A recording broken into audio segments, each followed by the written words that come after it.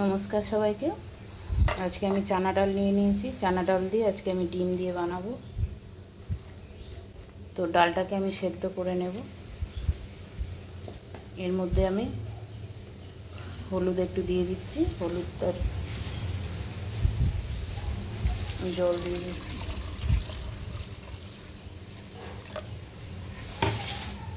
এটাকে আমি সেদ্ধ করে নেব। এখন ডালের সাথে সাথে এটাকেও আমি পাশে সেদ্ধ করে নেব। ডিমটাকে এতগুলো নেব না, আমি 6টা ডিম নেব।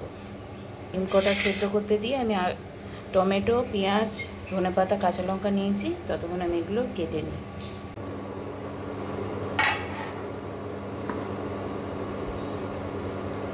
দেখুন আমাদের ডালটা সেদ্ধ হয়ে গেছে, প্রায় একটু গলা গলা বানাচ্ছি না, এমনি হয়ে গেছে। ডিমগুলোকে ছাড়িয়ে আমি সেদ্ধ করে 4 টুকরো করে নিয়েছি। আমি এর উপর দিয়ে নুন আর একটু হলুদ ছিটিয়ে দেব, দিয়ে এটাকে আমি ভেজে নেব। আলাদা করে মাখাবো না। কড়া বসিয়ে দিয়েছি, আমি তেল দিয়ে দিচ্ছি ডিম কটা ভাজার জন্য। অল্প করে তেল দেব। এর মধ্যে আমি একটা একটা করে ডিম দিয়ে দিচ্ছি। এটাকে আমি ভেজে নেব।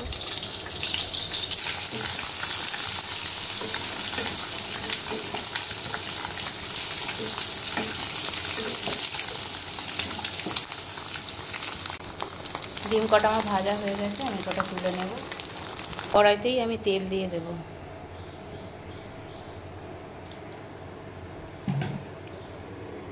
এর মধ্যে আমি 2টো তেজপাতা, 2টো শুকনো লঙ্কা, কটা গোলমরিচ, একটু গরম মশলা আর এখানে গোটা জিরে নিয়ে নিয়েছি। তেলের মধ্যে আমি এটা দিয়ে দেব।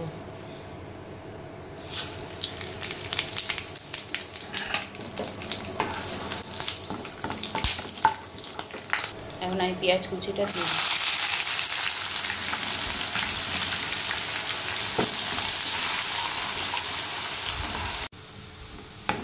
এর মধ্যে আমি এখন 1 চামচ আদা রসুন পেস্ট দিয়ে দিচ্ছি।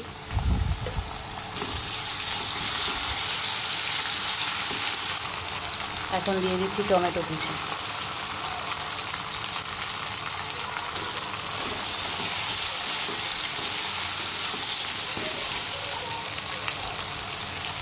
হলুদটাও আমি এখন দিয়ে দিলাম। এটা একটু 2 মিনিট মতো কষে নেব।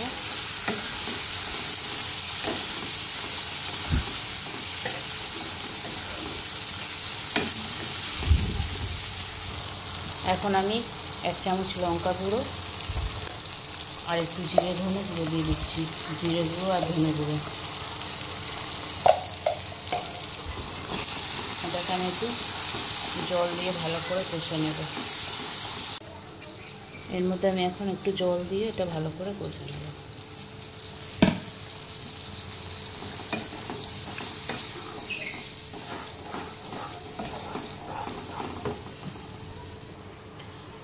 যেহেতু ডালের আমি নুন দিইনি, তো এখন নুন দিয়ে দিলাম।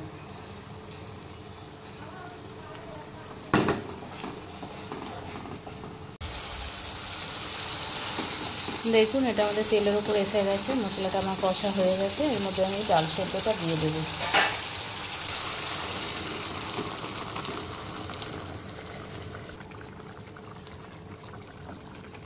আমি আলাদা করে আর জল দেব না, এর মধ্যেই একটা বানিয়ে নেব, কারণ আমাদের ডালও সেদ্ধ, মশলাও কষা।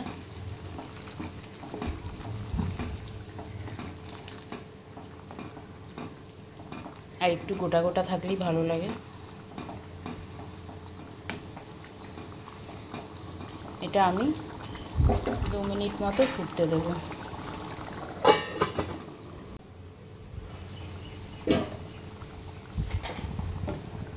এটা আমাদের হয়ে গেছে।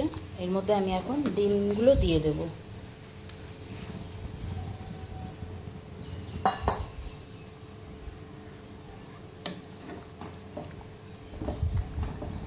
আর এখন দিয়ে দেব ধনেপাতা।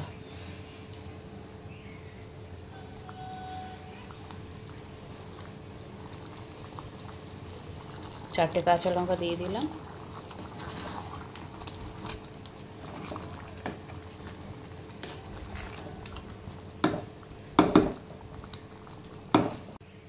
এর মধ্যে আমি এখন একটু গরম মশলা আর একটু ঘি উপর থেকে দিয়ে দেবো। একটু গরম মশলা গুঁড়ো আর একটু ঘি দিয়ে দেবো।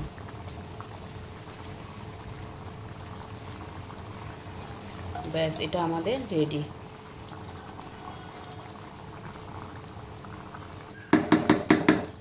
এটা আমাদের রেডি।